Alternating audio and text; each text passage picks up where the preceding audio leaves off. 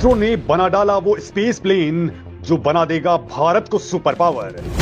DRDO नहीं, इसरो ने silently बना डाला टीएसटीओ स्पेस प्लेन। इसरो के सीक्रेट योद्धा ने चीन और अमेरिका की उड़ा डाली नींद। डीआरडीओ तो डीआरडीओ, इसरो भी निकला सबका बाप, रच डाला इतिहास। दोस्तों, भारत का डिफेंस ऑर्गेनाइजेशन डीआरडीओ तो शेर है ही, इसरो उससे भी सवा शेर निकल चुका है।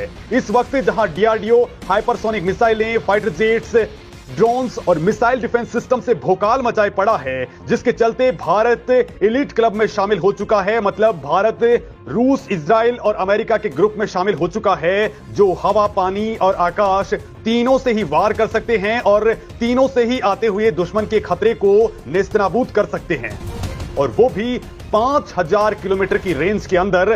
तो वहीं दोस्तों, हम 5वीं पीढ़ी के फाइटर जेट्स भी बनाने में लगे हैं। लेकिन दोस्तों, इसी दौरान भारत की स्पेस एजेंसी इसरो ने कुछ ऐसा कारनामा किया है, ऐसी तकनीक डेवलप कर डाली है जो सिर्फ और सिर्फ भारत के पास है।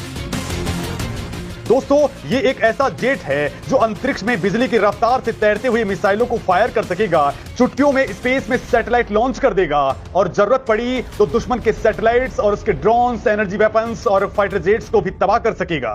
ये ऐसी मिसाइलें फायर कर सकता है जिनकी रफ्तार आवाज से 10 गुना ज्यादा हो।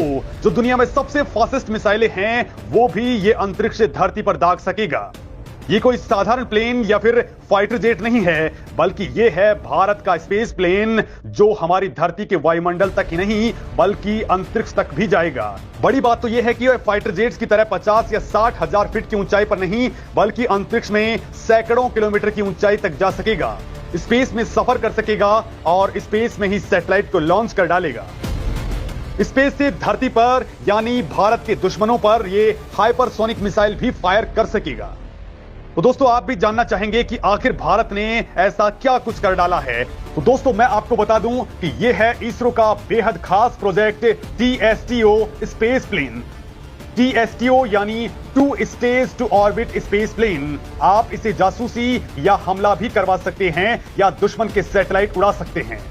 न्यू इंडिया का ये ट्रांसफॉर्मर केवल एक स्पेस प्लेन ही नहीं है, बल्कि बेहद घातक हथियार भी है, जो युद्ध का पूरा नक्शा ही बदल देगा। हालांकि दोस्तों, इसरो ने इसका असली राज दुनिया से छुपा के रखा है, क्योंकि इसरो का काम स्पेस पर रिसर्च करना है। डिफेंस रिसर्च और डेवलपमेंट के लिए भारत के पास डीआरडीओ है। लेकिन दोस्तों, इसरो का ये स्पेस प्लेन केवल भारत के दुश्मनों का काल ही साबित नहीं होगा, बल्कि हमारे अंतरिक्ष खर्च को भी बेहद कम कर देगा। दोस्तों, ये एक ऐसा पावरफुल और एडवांस प्लेन है जो न केवल अर्थ एटमॉस्फेयर में गोते लगाएगा, बल्कि ये स्पेस में कई दिन रह करके फिर से अर्थ एटमॉस्फेयर में री एंट्री मार लेगा। दोस्तों, ये एक ऐसी तकनीक है जो अब केवल इसरो के पास आ चुकी है। इस वक्त दुनिया के देश सैटेलाइट लॉन्च करने के लिए रॉकेट का यूज करते हैं। इस मामले में नासा और रूस ने स्पेस शटल्स का भी यूज किया, लेकिन इसरो ने उनसे भी कहीं आगे का खेल खेल दिया है। इस वक्त एलोन मस्क की स्पेसएक्स के पास भी ऐसी टेक्नोलॉजी है, यानी उसके पास रीयूजेबल रॉकेट्स हैं जो अंतरिक्ष में कोई भी पेलोड छोड़ सकते हैं। मतलब ये कोई भी स्पेसक्राफ्ट या फिर सैटेलाइट को लॉन्च कर सकते हैं और फिर ये धरती पर वापस आ जाते हैं। लेकिन इसरो वाली ये तकनीक अब सबके होश उड़ाने वाली है, क्योंकि भारत इसका यूज मिलिट्री सेक्टर में भी कर सकता है। आखिर दोस्तों, भारत को इसकी जरूरत क्यों पड़ी, ये मैं आपको बताने वाला हूं। लेकिन आप ये जान लीजिए कि इसरो कोई हथियार बनाने वाली संस्था नहीं है, लेकिन भारत की रक्षा के लिए इसरो ने भी ये एक ऐसा हथियार लॉन्च करने का प्लेटफॉर्म बना दिया है, यानी कि ऐसा प्लेन बना दिया जो रॉकेट की रफ्तार से अंतरिक्ष में जाएगा, वहां सैटेलाइट लॉन्च करेगा और उसके साथ जब चाहे तब हथियार भी दाग सकेगा। दोस्तों, इस मामले में भारत के वैज्ञानिकों ने जबरदस्त जीनियस माइंड लगाया है। इसरो ने अपने इस बेहद महत्वाकांक्षी प्रोजेक्ट टीएसटीओ स्पेस प्लेन को साल 2030 तक पूरा कर लेने का टारगेट रखा है।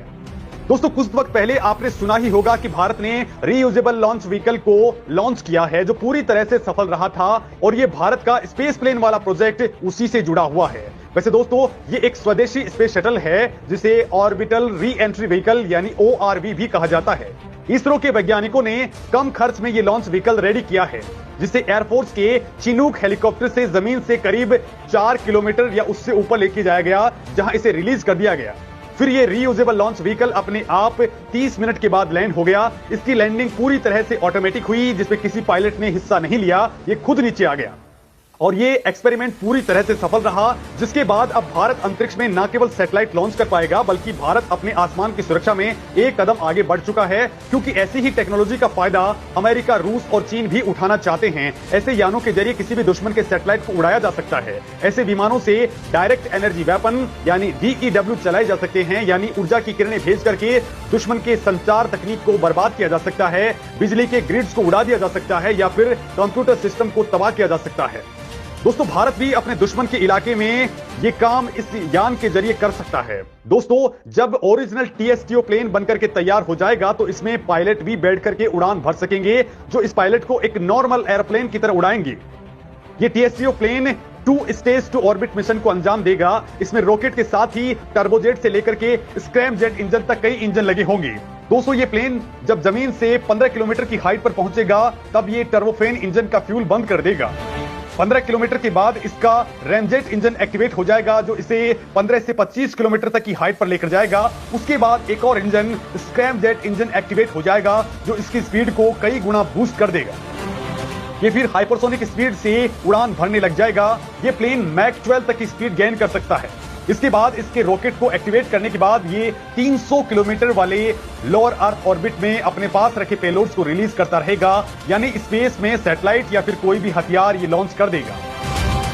दोस्तों, भारत के लिए बड़ी बात यह है कि इस प्लेन से दुश्मन पर हाइपरसोनिक मिसाइल की तरह अटैक भी किया जा सकता है, क्योंकि ये विंग वाला स्पेस प्लेन धरती की निचली कक्षा में 10,000 किलोग्राम से ज्यादा वजन ले जाने में सक्षम होगा। यानी आप अंदाजा लगा लीजिए, स्पेस से हाइपरसोनिक रफ्तार से युद्ध के वक्त खेल किया जा सकता है। हालांकि इसका मिलिट्री यूज वाला मामला इसरो ने दुनिया के सामने रिवील नहीं किया है, क्योंकि इससे दुनिया के देश भड़क सकते हैं। लेकिन दोस्तों, दुश्मन के खिलाफ लड़ाई लड़ने में भारत ने अब अपनी तैयारियां पूरी कर ली हैं, क्योंकि चीन ने भारतीय सैटेलाइट कम्युनिकेशंस पर साल 2012 से लेकर के 2018 के बीच कई बार साइबर अटैक किए थे। लिहाजा दोस्तों, भारत ने अपनी काउंटर स्पेस कैपेबिलिटीज को गेन करने के लिए 27 मार्च 2019 को एंटी सैटेलाइट मिसाइल लॉन्च की थी, और अब ये नई और बेहद यूनिक काउंटर स्पेस तकनीक भारत के पास आ चुकी है, जो जमीन से जियो सिंक्रोनस ऑर्बिट में दुश्मन के लिए काल बन जाएगी। जो डायरेक्ट एसेंट कैनिटल किल व्हीकल, को orbital satellite, direct energy weapons, jammers और साइबर वॉर की कैपेबिलिटीज से लैस है। भारत इस वक्त ग्राउंड, एयर और space based radio frequency jammer की तकनीक से लैस हो चुका है, जो स्पेस डिवाइस या फिर डेटा ट्रांसमिशन के कंट्रोल में शामिल अपलिंकिंग, डाउनलिंकिंग या फिर क्रॉस लिंकिंग को टारगेट कर सकती है। तो वहीं दोस्तों, भारत इसके जरिए बहुत ही सस्ते भावों में सैटेलाइट भी लॉन्च कर पाएगा। इस वक्त नासा जिस सैटेलाइट को लॉन्च करने में 50 करोड़ रुपए लगाता है, भारत का इसरो उसे 25 से 30 करोड़ में ही लॉन्च कर देता है। और जब ये TSTO पूरी तरह से रेडी हो जाएगा तो इसकी कीमत 10 गुना कम हो जाएगी। इसरो का मकसद अब अगले कुछ ही सालों में इसे बेहद एडवांस बनाने का है, ताकि बार बार रॉकेट से लॉन्च करने के खर्च को बचाया जा सके। दोस्तों, ये प्लेन सैटेलाइट को अंतरिक्ष में छोड़कर वापस धरती पर आ जाएगा। थोड़ा सा मेंटेनेंस करने के बाद ये फिर से रेडी हो पाएगा। इस प्लेन से भारतीय अंतरिक्ष यात्रियों को स्पेस में भेजा जा सकेगा। साथ ही इस व्हीकल की मदद से ऑर्बिट में खराब हुए सैटेलाइट्स को डिस्ट्रॉय करने की बजाय उनको रिपेयर किया जा सकेगा। इसके अलावा जीरो ग्रेविटी में बायोलॉजी और फार्मा से जुड़े रिसर्च भी आसान हो जाएंगे। दोस्तों, आप इसरो के इस नए प्लेन के बारे में, इस नए एक्सपेरिमेंट के बारे में क्या कुछ कहना चाहते हैं, कमेंट करके जरूर बताएं।